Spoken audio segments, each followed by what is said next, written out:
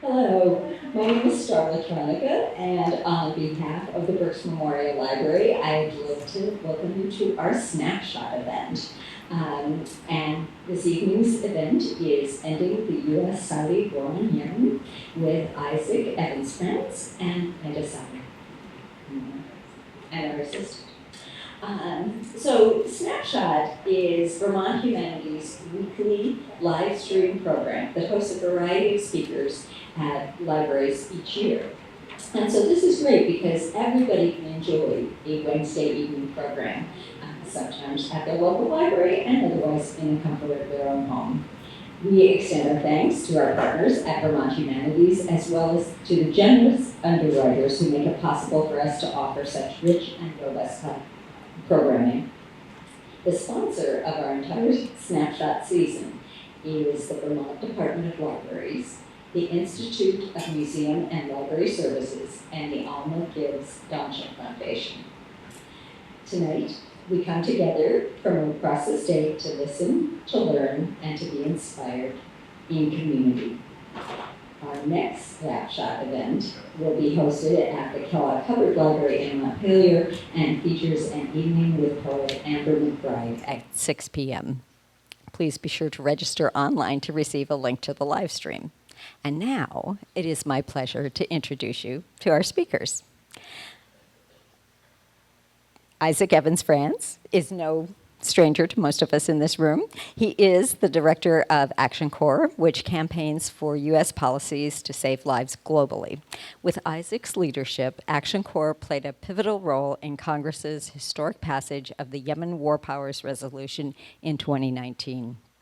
During the COVID pandemic, he brought together more than 100 organizations representing tens of millions of Americans to campaign for international relief, which, when it was released, became the largest ever transfer of such resources to the global south. Awesome. Thank you. Isaac serves on the Vermont Sierra Club Executive Committee and the Advisory Board of Freedom Forward, where he has advocated for LGBTQ people globally. Neda Saleh is a Yemeni-born peace activist and graduate from UC Berkeley. She founded Hands Off Yemen, a youth-led organization raising awareness about the war and the blockade of Yemen. Neda has organized rallies nationwide, secured congressional meetings, and led national coalition efforts. As coordinator of Action Corps, she focuses on policy advocacy to end U.S. involvement in Yemen's war. She has also trained volunteers nationwide to advocate for anti-war U.S. policy. In her community, she volunteers to assist Yemeni immigrants in their transition, guides first-generation students, and addresses educational barriers with Oakland Unified School District's Arab American programs. So welcome to Brattleboro. Welcome to Vermont. And here's Isaac. Good evening, everyone.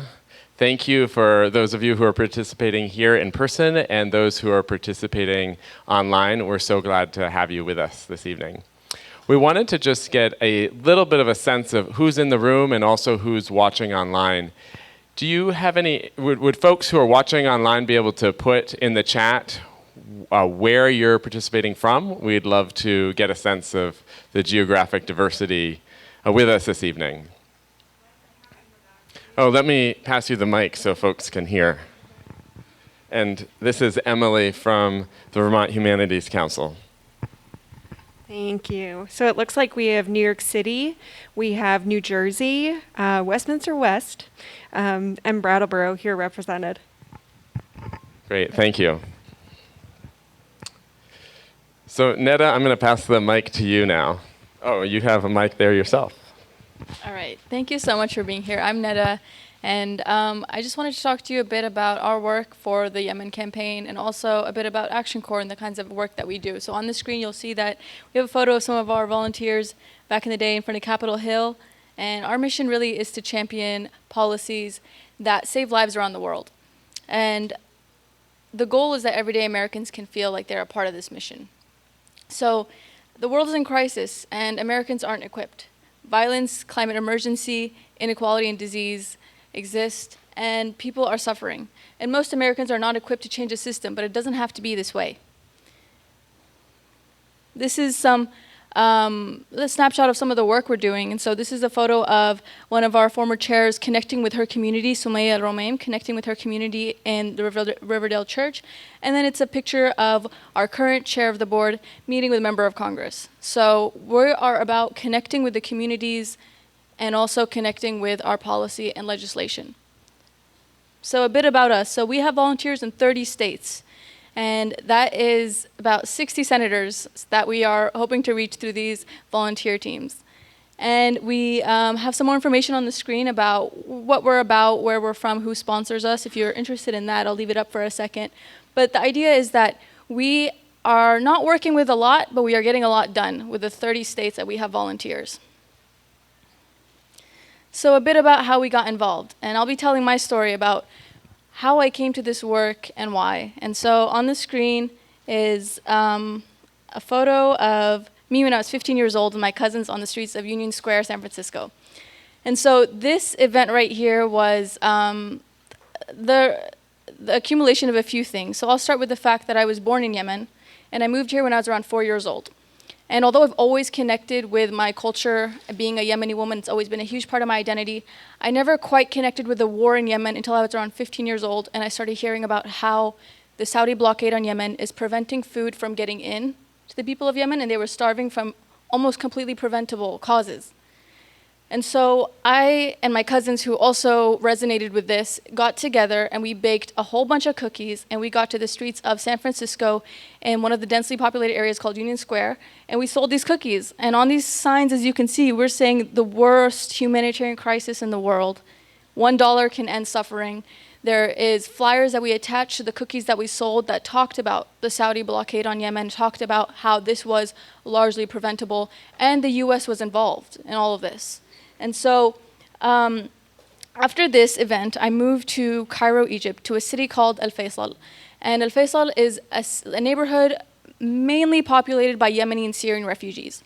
And so in my time there, I actually saw the effects of the war on my people right in front of me. I was used to seeing the news. I knew there were horrible things happening to people, but seeing people walking the streets who didn't have all their limbs, missing legs, missing eyes, missing ears, having bandages around their heads. And whenever I would visit the hospital just for a checkup, the entire room would probably be Yemenis with a couple of Egyptians. And mind you, this is in Egypt. And in the hospitals in Egypt, Yemenis were populating the hospitals in Egypt because of the crisis and the suffering of the war. And so I lived there for a couple of years with my grandma, and then I moved back to the United States in 2020, just at the start of the pandemic. And that was an even more stressful time because of all the Yemenis that were fleeing Yemen to go to Egypt. They were now stuck by the lockdown. And then also the vaccine requirements. Vaccines were not easily accessible because of the blockade, because of the US-supported blockade. So I was looking everywhere for a way to help. I checked Google, I checked my Instagram, my Facebook, what organizations were working towards peace in Yemen. And so I came across an organization called the Yemen Relief and Reconstruction Foundation, and I started volunteering as a social media organizer. I would create posts for their fundraisers, and I would help spread the word about their fundraisers. And that was good for a while, but I felt that there was something more I could be doing. I felt that charity was one thing, and I was doing the charity work, but I felt that our government was involved in this crisis in a really deep and prolonging way, and that it wasn't enough just to raise money, but that we should be doing more about the policy that our government is supporting. And so I was introduced to actually Isaac by the president of this foundation, who said, this is a way you can use your voice more effectively. And so I popped into one of their national organizing calls. Isaac and the Yemeni Relief and Reconstruction Foundation are co-leading this national coalition of organizations in DC, grassroots, media, all over, that are coming together to work on Yemen. So I popped into one of these calls, and I was so surprised by how fleshed out their strategy was, and how they were bringing voices from the media, from Washington, D.C., people who were lobbying Congress, from grassroots organizers, from people doing charity work, just like the Yemen Relief and Reconstruction Foundation, and they were all working together to stop U.S. involvement in the Yemen war. And this was right under my nose the whole time, and I had no idea. So when I found out Isaac was coming to California for an Action Corps meetup, I had to be there. And so I got the invite for a Berkeley, California Park meetup, and I showed up. And I had all these questions for Isaac about what are you doing? What's your organization about? What's the strategy here? How is it impacting the people of Yemen? And he told me that currently we had a promise from Representative Ro Khanna, a congressman in California, that said he would introduce an essential policy to stopping U.S. support for the war in Yemen called the War Powers Resolution. And then he had made this promise months prior, but no action was taken. And I was infuriated by this. Yemen couldn't wait. The crisis was only worsening, and Representative Ro Khanna was not taking action on this, and Congress was not taking action on this, and they had made these promises, but they were slow-walking the whole process, and they were refusing to meet with Isaac. And so I asked if I could call up my friends and we could strategize some more. And they showed up an hour later, the same people in this photo, they showed up an hour later at that park in Berkeley, and we said, let's show up to his office tomorrow with signs. And Isaac was like, well, that's the 4th of July, maybe you want to wait. So the following Friday, I think it was July 7th, we showed up at his office with signs similar to the ones on the screen, but ones that also said, Yemen can't wait. Give us a date for this introduction of this essential bill and for a meeting that we've been requesting for a very long time. And that same day that we were stomping in his office and marching and making a ruckus, he gave us the meeting. And not only that, he said, could you please keep it down a little next time? So we got the meeting. And I attended this meeting, and it was something truly empowering. From going to selling cookies on the street and charity, and all of a sudden we are meeting with Congress and we're affecting policy and we're getting commitments. And mind you, just weeks earlier I had heard about this national coalition, and now I was helping drive policy change. And so that is how we came to organize a number of protests in the Bay Area. And I had not organized prior to this, but after that Ro Khanna meeting, I saw the value of these protests and how they get some action made, actually. So we showed up to Nancy Pelosi's office here in this photo in San Francisco, and a few other places as well. I think we had a string of protests that summer, but this was how I came to know that charity is one thing and it's a great thing, but policy and advocacy is an essential pillar to making change. So that's my story.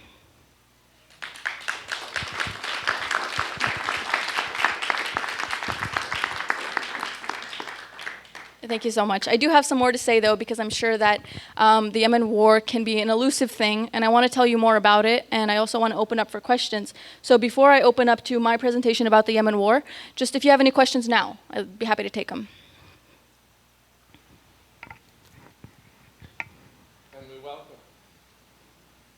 We welcome questions from participants online as well as in the room.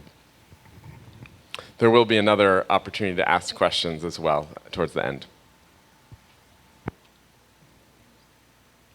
Okay. Yes. Do you ever see your family? I see my family. I actually have 13 aunts and uncles on my dad's side, 7 aunts and uncles on my mom's side. A few are here in the US, many are back home, but we FaceTime. And actually, when I was in Egypt, I lived with my grandma and some of my other cousins, so it was cool. I have a huge family.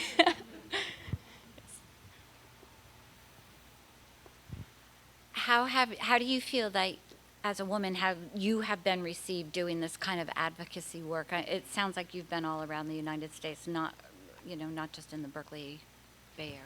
I've organized digitally some other locations, but mainly I've been in the Bay Area. But that's a really great question. I'm actually happy that you've asked it because it goes into what happened on a major protest we did in Oakland for Barbara Lee, and her staffer showed up. But the men standing behind me who brought all the signs and who brought all of the flags and who brought all these photos and leaflets were Yemeni men. And they were lined up in a row, standing behind me, and they were holding all these flags and things. And they had supported me through the way of making this protest happen. But then after, when we finished the protest, I went out for lunch with my family to the closest Yemeni restaurant, and they happened to be there. It was the closest Yemeni restaurant. And they went and they paid our bill without us knowing. And then they go up to my dad after and they say, your daughter is an incredible woman, and we are so grateful for her leadership. And to hear that from Yemeni men, when I had been intimidated by them and thought maybe they wouldn't support this work, and for them to say that, it was just a truly powerful moment for me. So thank you for asking that question. Yes. Yeah, as a matter of background, since I don't know much, how strong and dominant was the contingent in Congress that supported the Saudis and what they had been doing up to that point. And what tipped the balance, if anything? Your efforts were part of it, but what else was going on that may have influenced the outcome? I think the policy changed a lot throughout the war, and we witnessed some actual actions happening within Saudi Arabia, like the death of the journalist, the killing of the journalist, Jamal Khashoggi, and other events that were happening. And I think that really helped us with our efforts and being able to highlight that this is not just a crisis that is hurting Yemenis. This country is attacking people and their rights all over, journalists' rights to dissent, just rights all over. That country has committed major violations. So I don't know if that answers your question, but we did face major opposition, of course, and we'll talk more about that. So at that time, you saw sort of a shift happening in some way among some congresspeople, or not? We were definitely able to get them around the issue of free speech if they weren't interested in dying children and starving children. So it helped us reach a new audience. I'll say that in Congress. Yes. We have a question online. Someone is asking if you could explain what started the war. Yes, and actually that'll be my next slide. So if they can hold it, I will go into that. All right.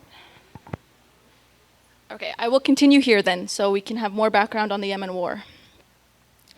So I just want to start by saying Yemen is a beautiful place, and that really gorgeous green area is where I was born. It's called Ib. And right next to it is Sana'a, which is the capital of Yemen, and I lived there for a while as well. And below it are some historical sites in Yemen. So I just want to make sure you guys can see that.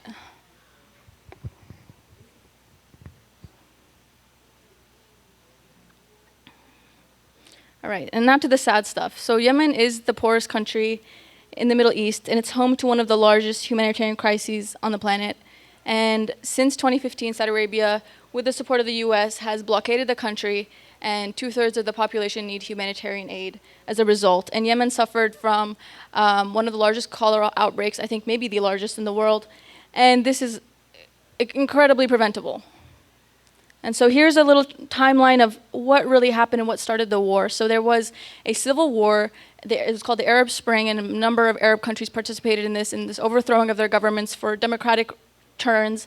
And then after they overthrew the current presidency, there was a power vacuum. And then the northern tribes, which included the Houthis, came, and they were a militant group that wanted to take over power, and they were able to claim power in 2014. And as a response to this, the former government, the president in exile, called for Saudi support to remove the Houthis from power. And so that actually led to the blockade and bombing of Yemen. And I don't think that was the outcome, maybe, that we would have expected, obviously, but that is what happened. And throughout the years of 2018 to 2022 and ongoing, we are participating in anti-war efforts. But in 2022, we actually saw a ceasefire, and that was a major shift in really like the manifestation of our work and the work that was happening all over the world, actually. And so that was a ceasefire by the Saudi and the Houthis, and then peace talks were happening. They were ongoing for several months. And then afterwards, the Houthis blockaded the Red Sea in response to what was happening in Israel, and then the US started directly bombing Yemen, and our work is ongoing. So any questions? Yeah. We have someone running the mic. So the bombing was an effort to remove the Houthis? Correct. And some more interests that, obviously exist. What kind of interests were those? I would say economic and other strategic alliances that they're hoping to build. And by having access and control over Yemen, they would then be able to protect their national security, they being Saudi Arabia. Thank you. And there's a mic behind you on the right. So is this by drone? Do we have actual U.S. forces right now flying planes and dropping bombs over Yemen right now? Currently, we have U.S. bombs directly going on Yemen, ordered by President Biden. And they are, I'm just saying there is a military presence right now. It's not just drones. There are actual fighters there doing this. All we officially know is that there's bombs being dropped on Yemen. Okay, so we by don't missile, know. Yeah. Okay, I was just curious what is known about that. Because didn't somebody recently say we don't have any U.S. military forces like engaged in hostility at this very moment? I thought I heard one of the candidates saying that the other day. Isn't that what am I wrong? Did I miss that, or did they say that? I don't know what they said, but I do know that the United States, as recently as just a few days ago, has dropped bombs on Yemen without authorization from Congress in violation of the 1973 War Powers Resolution and in violation of Article 1 of the U.S. Constitution, which says that Congress has the power to declare war and not the president. And bipartisan groups in both the House and the Senate of the United States Congress have written this year to the White House expressing their concerns regarding constitutional war powers, and the bombing has continued until, and as recently as just a few days ago, the U.S. bombed a school and killed children. So this is happening. We don't see much about it in the media. No, we don't see anything about it in the media. Al Jazeera, yes. There's a question in the back over there.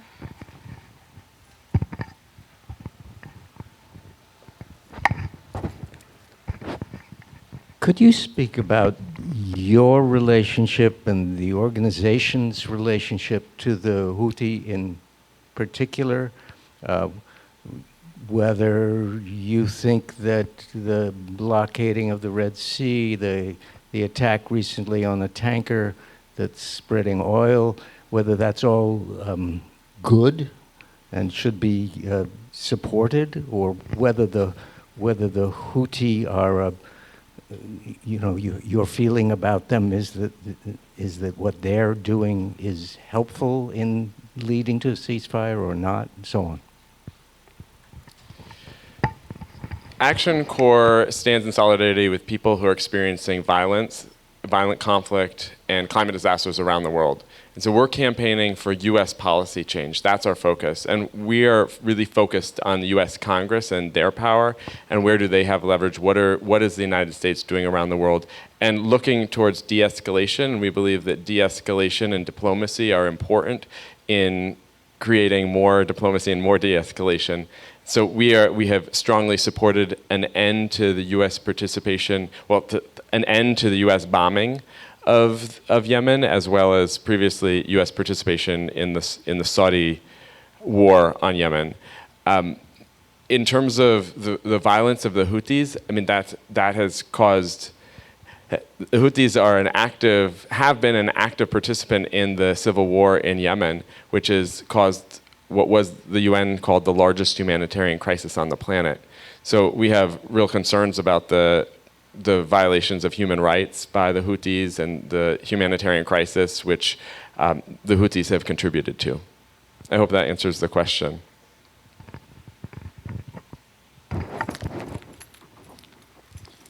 I will say real quick that one of the issues prolonging the civil war in Yemen is the fact that Yemenis are not able to communicate among themselves. And when that was witnessed, there was pushback among foreign proxies who didn't like the fact that Yemenis were having Yemeni to Yemeni peace talks. And so regardless of how someone feels about the Houthis, the U.S. should not be involved in this war and should not be making matters worse by fueling the country that's dropping bombs on Yemen and now also actively dropping bombs on Yemen. And so our power as Americans lies in our power as constituents with our Congress people.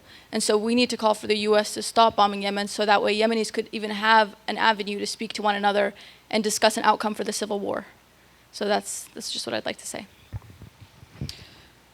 So that kind of leads into what I wanted to ask, which is, and forgive my political ignorance here, but can somebody in this room explain to me how it is possible that our administration continues to violate the acts and the president is authorizing bombs without congressional approval? And I'm flat. How does that happen? How does that happen? And I'm hoping that what you're going to get into, I was going to ask, like, what other pressures congressionally, can we as individuals bring to bear so that we can stop this, because this is only one country that this is happening in. The United States, for decades, Republican and Democratic administrations have unilaterally bombed and otherwise engaged in hostilities in other countries in violation of the 1973 War Powers Resolution, and from our perspective, in violation of the US Constitution. So there's a long pattern of this. It was President Obama who brought the United States into the backing the Saudi-led coalition that was engaged in the conflict with the Houthis in Yemen. That was President Obama, and then President Trump inherited that, and then and actually expanded U.S. participation in the war. But we'll get into a little bit then what activists did, who we helped bring together, and how that actually, we actually changed US policy.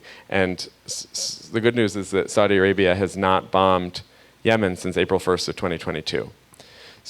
The United States began bombing Yemen in January of this year. But what we want to focus on what we did specifically around the US-Saudi war on Yemen. And we shouldn't leave out the United Arab Emirates either, because the UAE, or United Arab Emirates, has also played a devastating role in the humanitarian crisis in Yemen and continues to be active in Yemen militarily. Thank you. And I have some questions in the chat here. And one of the questions is, what impact will the upcoming presidential election have on your work?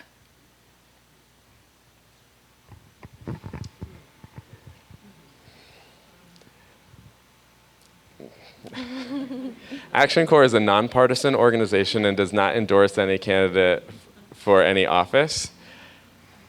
And this election will have tremendous impact on our work. And I encourage people to engage civically and to do what you can to fight voter suppression. We just trained organizers from all over the country. And one of the things that we were doing is we were training on voter suppression efforts. And actually, Deb Hall here got us connected with efforts to make sure that voters around the country, especially in states where there are voter suppression policies, where a legacy for decades of voting restrictions specifically directed towards black people in this country. We have been doing work sending postcards to make sure that voters have the information they need to vote, and we'll continue doing what we can to ensure that people are able to vote and participate in election. I will say that one of our concerns is policies that are already moving through Congress around making it easier to shut down groups and organizations for political reasons. And the ACLU would be a resource that you could learn more about that from. But I'm thinking maybe we can move to the next slide. All right, so I've told my story and I've talked a lot about my country, and I'd like to pass it over to Isaac, who actually introduced me to this work and this amazing coalition. So Isaac, please tell your story. All right. Well, my story starts actually just up the street at Brattleboro Memorial Hospital, where I was born. But we're gonna, and Daniel Seekin got me over here in the second row here, got me marching when I was 5 years old with the anti-war signs. But that's actually not how I came to this work. I was living in New York City, and I was part of a group of people who are concerned about humanitarian issues around the world, and particularly global food security. We had campaigned for the the Foreign Aid Transparency and Accountability Act that passed Congress, and the bipartisan Global Food Security Act. And we were looking at, well, what next should we work on? And someone from UNICEF came and spoke to our group. And she talked about 9 major food hunger crises around the world. And all of them were horrible, and all of them needed attention. But what struck me was that the one in Yemen was affecting the most number of people, and it also was the one where the United States was most directly actively involved in causing the hunger crisis. Because Saudi Arabia, with US backing, was bombing with US bombs, with US logistical support, like the servicing of those fighter jets, with the fueling of the fighter jets, was dropping bombs on farms, on water treatment facility plants. Remember, it was the largest cholera outbreak in recorded history. What do you need to fight cholera? You just need clean water. But if you're bombing the water treatment facility plants, that's going to make it so people can't get clean water. So when I had heard a little bit, I knew that there were NGOs that were working on this issue. I'd gotten an email from Oxfam. They were trying to stop weapon sales to Saudi Arabia. And so when I heard about this, I thought, okay, the person from UNICEF was asking us to do, to make a $3 donation could get vaccine for a child. And I thought, there's got to be something more that we could do. And so I knew there were some, let's go to the next slide. Oh, this is about the US's role in this war. So if you think about a crime that's being committed, there's the car, and the driver, there's the gun, the bullets. Let's keep going. The map that shows, the person giving directions to maybe they're going to try to rob a bank or whatever the crime is, and then the fuel. Well, the one thing that's missing from this picture is the actual person who commits the crime, or who holds the gun up in the bank, right? Well, this is an analogy for the US's role in this war on Yemen. The United States was in the command room with Saudi Arabia as they were making targeting decisions. The United States was supplying the weapons, was supplying the ammunition, was actually doing, in the middle of these flights that Saudi Arabia was doing, the United States came up, was doing mid-air refueling so that they could then go drop bombs on weddings and funerals and schools and school buses and so on and so forth. And actually, just as a side note, there was a justification, that the Houthi rebels were hiding amongst the civilians. But that school bus full of children, with over 40 school children, I don't know exactly how that was justified. But that was something we kept on hearing, like, this is how we have to wage this war. I did hear somewhere, maybe online, or someone of power say that school bus was filled with future terrorists. So. And what someone in the audience just said is that's the BS that we hear about Palestinians all the time. It's also very similar to what was said during the Vietnam War by a very racist leader of the United States who was making comments about how these children, what they were going to be as adults. Very cynical and very dehumanizing. So this is what the United States' role has been. It was everything except for the person who was actually driving the plane that dropped the bombs. And our president at the time was celebrating the weapons sales. Next slide. If you go back one slide, this is Mohammed bin Salman, who's the Saudi crown prince, is the de facto ruler of Saudi Arabia. He's a dictator. Next slide. He was coming to New York City, and this is, as he drove by, this is me shouting at him. And I shared this picture just because sometimes the organizing, it's that visceral, those moments where you have that rage that is powerful and bringing people together. And we were so clear on what we were doing, what the problem was, and just to be able to have that sense, like we were showing up every day that he was, the day before he came to New York, the day that he was in New York. And those rallies made a difference in terms of we would call up the senator's offices and we would say, there's a resolution to stop US participation in this war. And we would love to be able to announce your support for this resolution at this rally that we're having, protesting the Saudi dictator's arrival in New York, we'd really love to celebrate your leadership, but we're going to let people know if you haven't. And we're going to let the press know that you haven't taken a stance and that you're continuing to be silent in the face of the largest humanitarian crisis on the planet that our government is complicit in. And suddenly, these US senators, like the next day, co-sponsoring. I mean, multiple times this sort of thing happened where the rally was able to provide that encouragement for action by the congressional office. But it really helped having a relationship with the congressional office so that they knew we were serious. That's the next slide. So back to that meeting, I started telling the story about how that person from UNICEF came.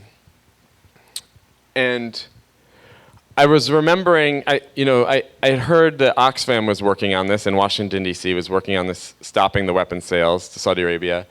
And I knew there were grassroots activists. This photo was actually taken a while later here in Brattleboro. I think Bert is in there and Daniel's in there. A couple others of you, maybe MD is in there. But the point was that grassroots activists, peace activists, were a really important group here. And years before this photo was taken, I knew that there were some peace activists who were showing up every week on Saturdays in Union Square for a vigil. It was organized by the Catholic Worker Movement. And it was in solidarity with people in Yemen. The problems here, and then I also was aware, I had gone to a Yemeni restaurant. The first time I ever heard of Yemen was in Brooklyn. There was a Yemeni restaurant. And so I knew there must be Yemeni-Americans in New York City. So I went to this vigil in Union Square, and I was talking to people, and they didn't have relationships with people, Yemeni-Americans, and for the most part, and they didn't also know who their members of Congress were. But they had knowledge about the crisis, about the US role, and they had passion. And the NGOs weren't connected to the grassroots activists, didn't know that people were out there in New York rallying. And then we went to talk with Yemeni-American community leaders who didn't really know about people who were the white Americans who are generally older peace activists, kind of folks who had protested the Vietnam War, who were protesting this war. They didn't know about this group, or there wasn't a connection. And there was a feeling of isolation. There's a civil war back home in Yemen, which the United States is participating in with Saudi Arabia and the UAE, and there was sort of this disconnect between these three groups. But they each had something critical to offer. And so we just had lunch. Like I got together with a couple people to have lunch. And from there, we had a rally. And then from there, we started having more rallies. And then we started doing video calls.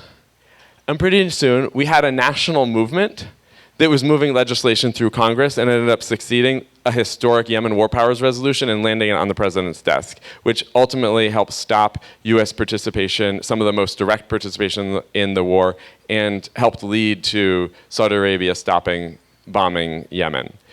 So we can talk about exactly how that looked. We were trying to call up the leader of, one of the leaders of the House Foreign Affairs Committee to get his attention. We didn't get a call back.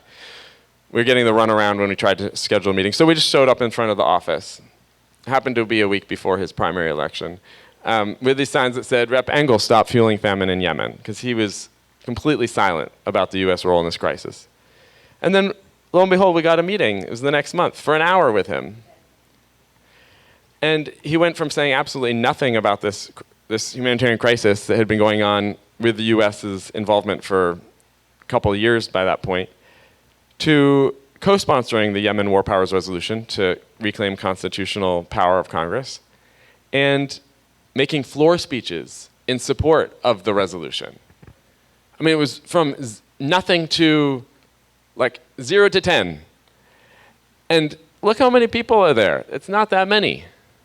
I mean, I was working at a community health center. I just was like, we did this rally before I had to go to work. We knew his staff was going to be coming into work, so we'd catch them on their way in. And we worked with one of the NGOs on the language for the signs. So, they couldn't be there, but they could give us their opinion about what you might want to put on the sign.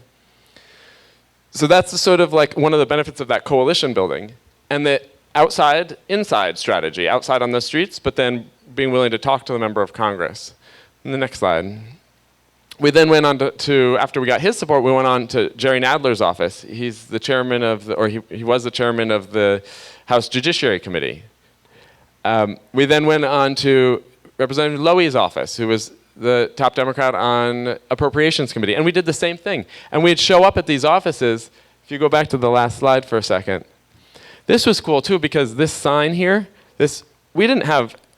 we were all volunteers. We didn't have any budget for any big digital signs, but there was another organization that was doing this, and they were focused on the UN. And we said, the UN isn't the problem. The problem is the United States. And the power lies with Congress, and they're abdicating their responsibility. There was a question about how is this going on? Well, Congress has been abdicating its responsibility. It's very difficult for a member of Congress. It takes political courage to introduce a resolution that's privileged, meaning it has a beeline to the floor, and it's going to force a debate and a vote on U.S. participation in a war. Going up against the administration takes guts.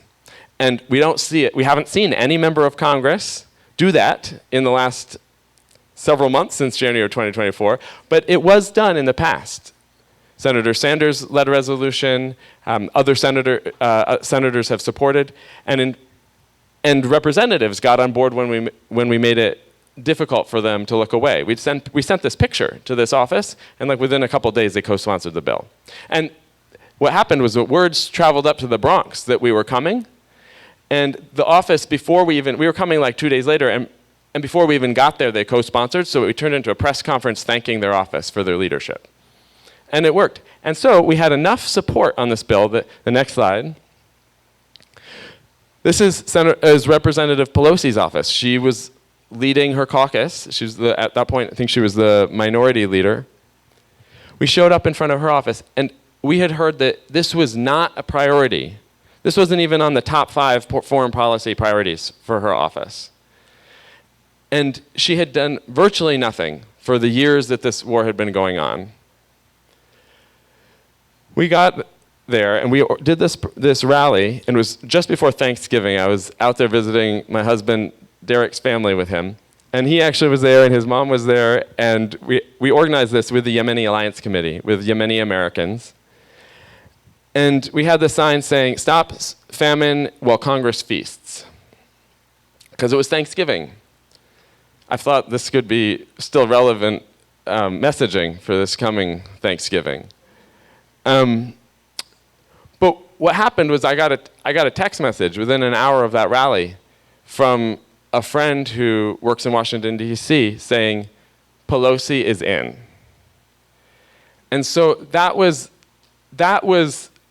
an incredible moment. I have chills in my body just remembering that moment, because can you imagine, like after years and of working on this, and the frustration, and then suddenly you have this moment where the most important member of the Congress in terms of moving this forward supports this, and then it was much easier to move this forward. And in the next slide, you'll see what happened next. In December, the US Senate passed the Yemen War Powers Resolution with Republican and Democratic support, and led by Senator Sanders and his colleagues. That was the first time in history that Congress had ever passed a war powers resolution like this that directs the president to remove US participation in hostilities in a country, where the president hadn't already agreed to do that. Like before, it had been done symbolically, or there had been threats of it, or there may have been votes, but the fact that it was passed was incredible. And just before it was passed, the administration announced that they were going to end mid-air refueling because it wasn't needed anymore. But it was clear that just the prospect of this vote changed US policy. And then what happened was that like the day before, or a couple days before this vote, there was a Stockholm Agreement where Saudi Arabia and the Houthis agreed to not bombing the key Yemeni port city of Hodeidah, which if that city had been bombed, and it actually was bombed in the last several months, but that's looking back at this time period, that bombing avoiding that bombing saved lives, because Yemen is a country that depends on imports, and so when you bomb a key port city, that would mean that people would not have the basics that they need to survive. So it was really important that we kept that port city did not get bombed. And there was also You may want to add that 80% of Yemen relies on that specific port. So just even before the vote happened, there was changes in US and Saudi policies. The United Arab Emirates had a drawdown of support of troops from northern Yemen. So the point that and then the House and Senate passed it again the following spring. The president vetoed that bill, but it helped, just the fact that the vote was happening sent a really strong message, and the overwhelming support from both bodies of Congress sent a really important message to Saudi Arabia, and it raised the price of that war so that it was not just the cost, the economic cost, but it was also the PR cost of that war. And organizers, activists from around the country helped make that cost of the war and put a price for Saudi Arabia to continue waging it. Okay, so we're going to watch a little video. Oh, in January 2021, it was Biden's first Monday in office. We said, okay, the Yemen War Powers Resolution is passed, but Saudi Arabia was still bombing Yemen, and the US was still participating, and there's still a blockade. And so we said, okay, let's organize people. If our governments can be in cahoots, the US, the UK, and France were all supplying weapons and military support to Saudi Arabia, we thought, well, the people from these countries, everyday people, can also organize. So here from Brattleboro, this is the pandemic, and I was home out on Bonneville Road, and just kind of thought, well, let's do something here. I reached out to Stop the War UK and the Yemeni Alliance Committee and the Yemen Relief and Reconstruction Foundation. We got some groups together, and we got a day of action, Global Day of Action, World Says No to War on Yemen. And we have a short video clip about that day. The UN quite rightly says it's the largest humanitarian disaster anywhere in the world. Just think about that for a moment. The largest humanitarian disaster anywhere in the world.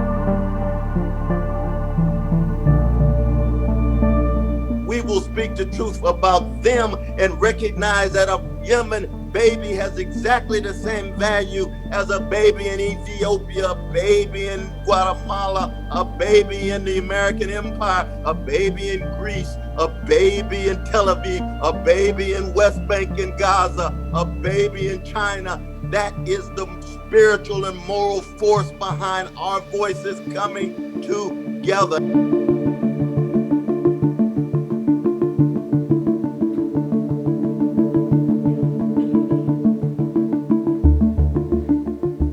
As a Yemeni Canadian, I call on Prime Minister Justin Trudeau to end the $15 billion arms deal with Saudi Arabia. The arms manufactured in my hometown of London, Ontario, are used to oppress civilians in Yemen.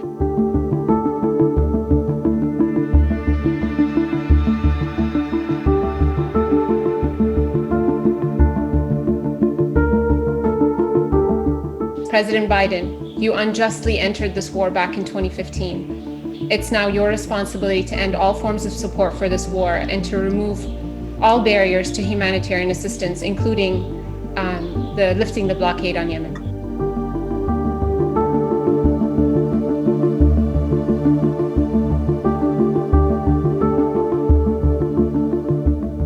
And we should end our support for the Saudi-led war in Yemen.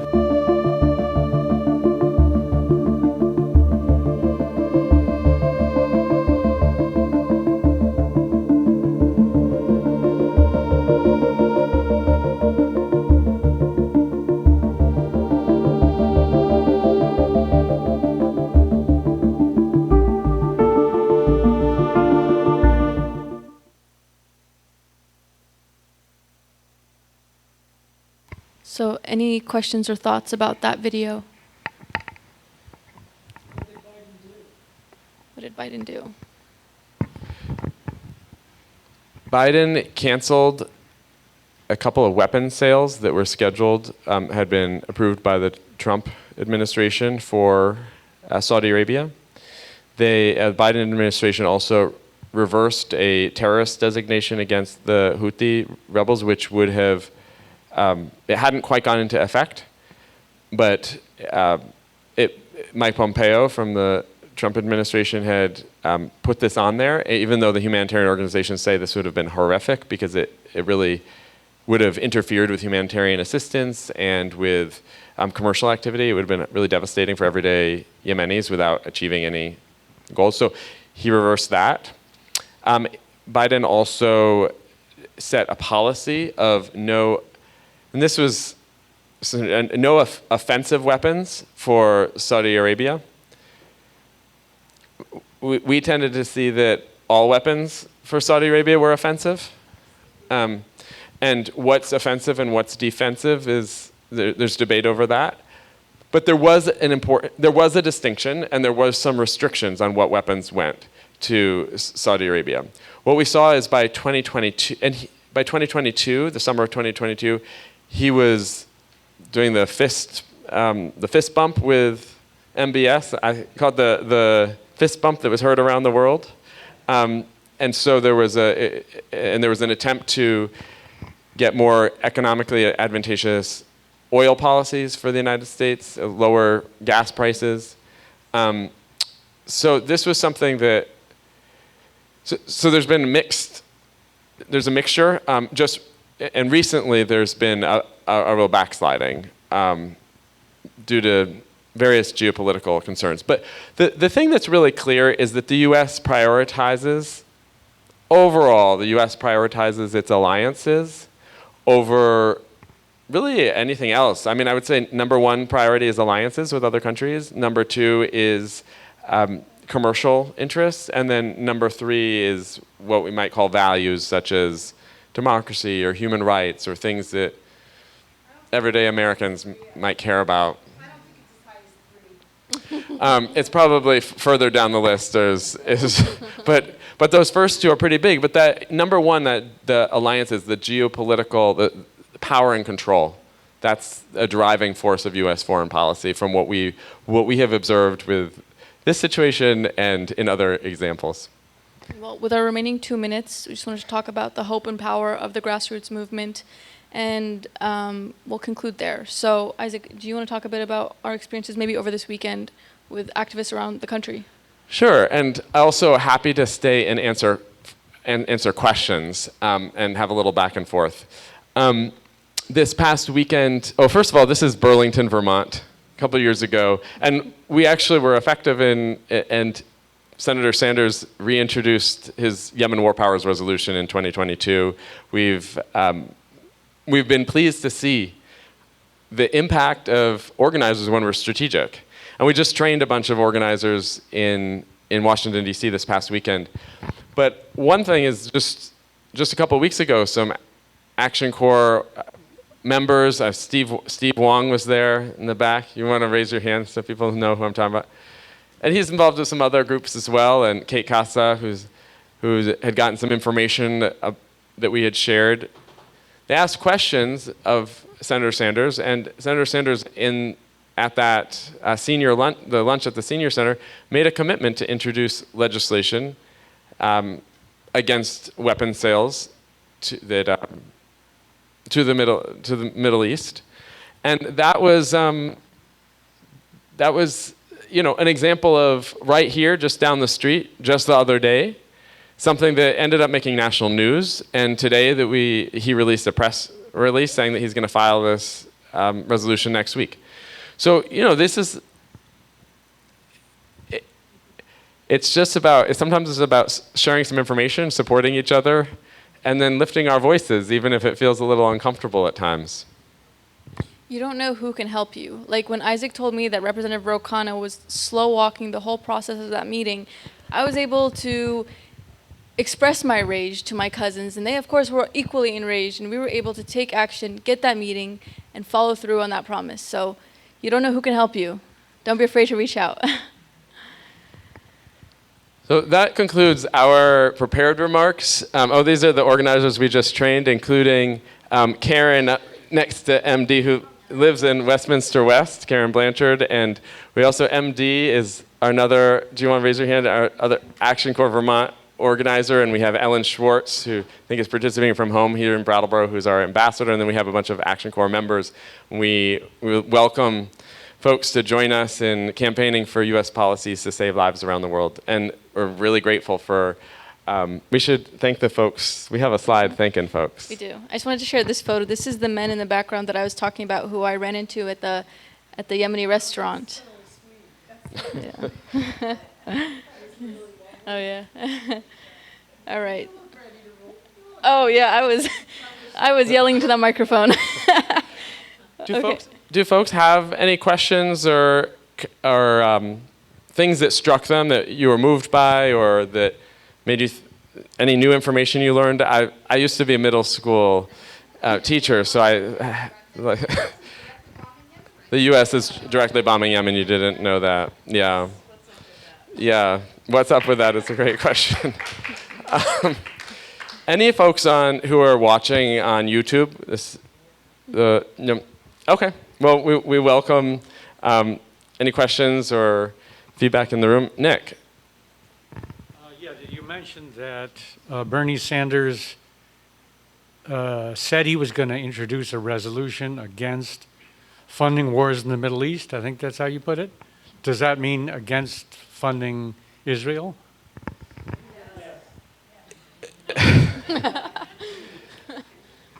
The administration announced a $20 billion weapons sale to Israel this summer and in July, and the joint resolution of disapproval that Bernie has announced today that he's introducing next week is about that weapons sale. How does that look in terms of support? They'll have 6 senators.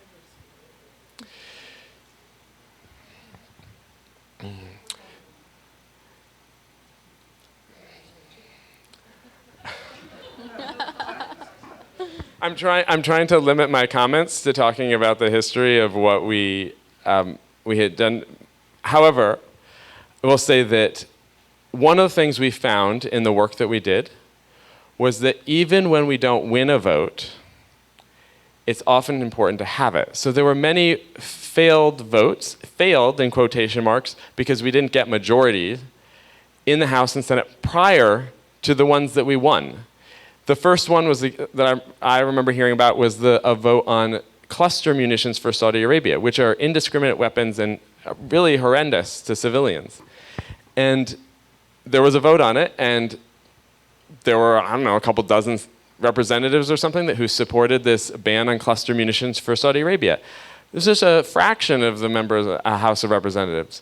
But it was important in making a stand. The representatives had to take a position on it by having a vote on it. It was a public vote. Their names, there was a roll call, that we know how they voted. And then you see who supported you, and then you build on that. And that's what the coalition did build on. They saw, okay, so then the idea is the next vote you have, it might not be about cluster munitions, it might be whatever it is, but somehow related, you get more. So the point is that, it's about building, and sometimes our victories are incremental, but they help lead to bigger victories and policy changes over the long run. And many members of Congress have changed their positions on the current war we're seeing in Israel from the start till now in drastic ways. And that probably wouldn't be possible if it wasn't for the small bills and resolutions being introduced along the way. Great questions. Any final questions? All right. Well, we want to thank the Vermont Humanities Council and Brooks Memorial Library for sponsoring this event and for hosting us. Really appreciate all of the attention to detail and all of the Brattleboro Community Television for live streaming this event. Thank you to Wyndham World Affairs Council for spreading the word about the event, and thank you to all of you for being here online and here in person. And the interpreter. Shout out to the interpreter. Yes, thank you.